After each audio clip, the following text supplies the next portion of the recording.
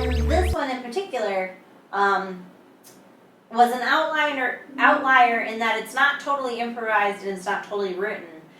What I did was, so I filmed it on my way from home to work, which is about a block. And actually that day, so I go from home to work and back twice a day because I come home for lunch. And so the 3 back and forths, I kind of practiced it in my head and even like muttered it out loud to myself as I was walking to kind of get the timing to see if the story would finish in time for me to get to work. And so it really is actually pretty practiced, this one. And then on my 4th way to work, I actually recorded it. And I think, it worked out good. And that's why I can have some zingers in there without having actually written anything down. And then when Peter edited it this time, I like that you kind of put this layer of distance in the... you made the screen more dark. And like a fuzzy television coming in. Like you're getting a transmission from a distant land.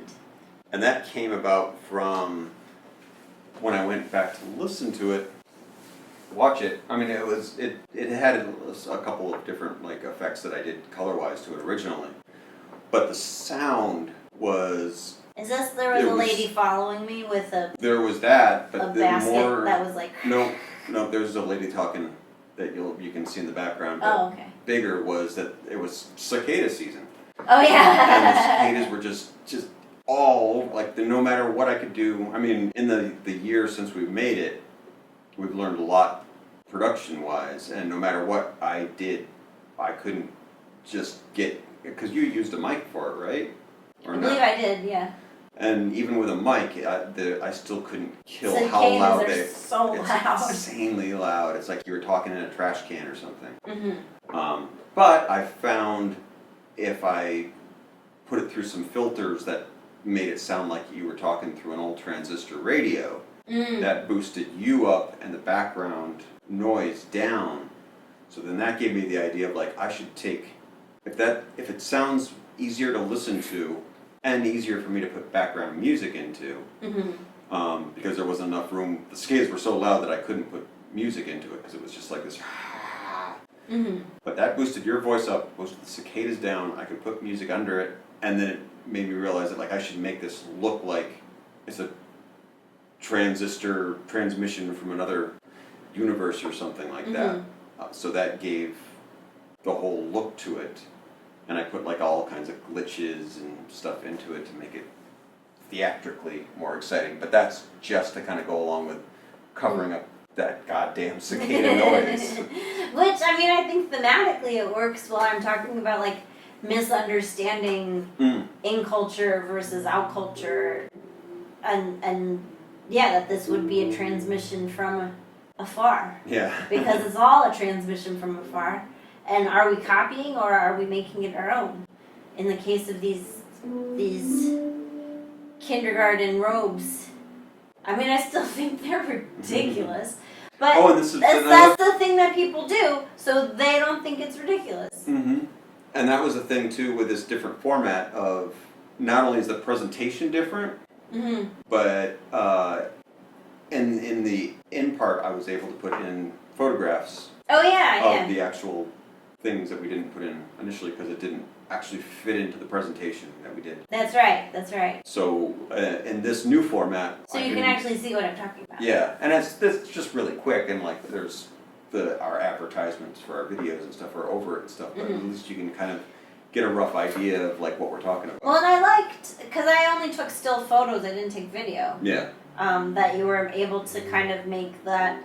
I took enough photos in the same period of time that it does look like a stylistic, jaggedy leap forward through time, which made me look really cool.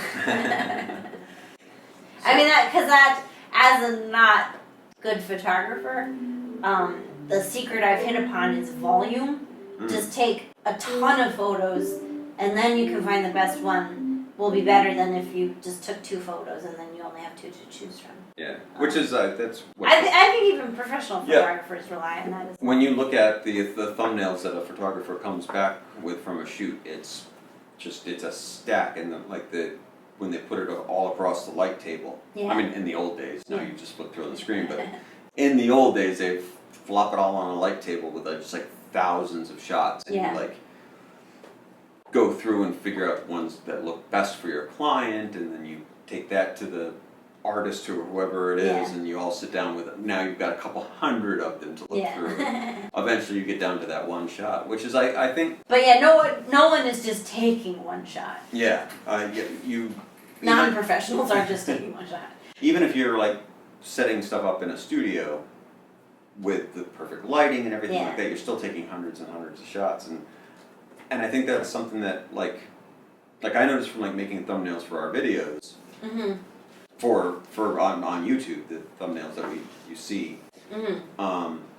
I don't really bother ever doing too many shooting things because I'll just take it right from the video because I have an actual. I mean, if it's digital, I've got a pretty good quality shot of like what 24 frames per second times however long. Yeah, and the thumbnail itself is tiny anyway, so it doesn't have to be like it's not going to be a poster on a wall or something like that. So. By the time it's all shrunk down, you've got about as high as quality as you want. But I've got all those shots that I can choose from. They're like that one's a little blurry. She's squinting in this one. There's a cicada in that one. So I can pick and choose from that. Yeah. But that makes you a professional. So pay me. I'll send you my invoice in the morning. So that was that video.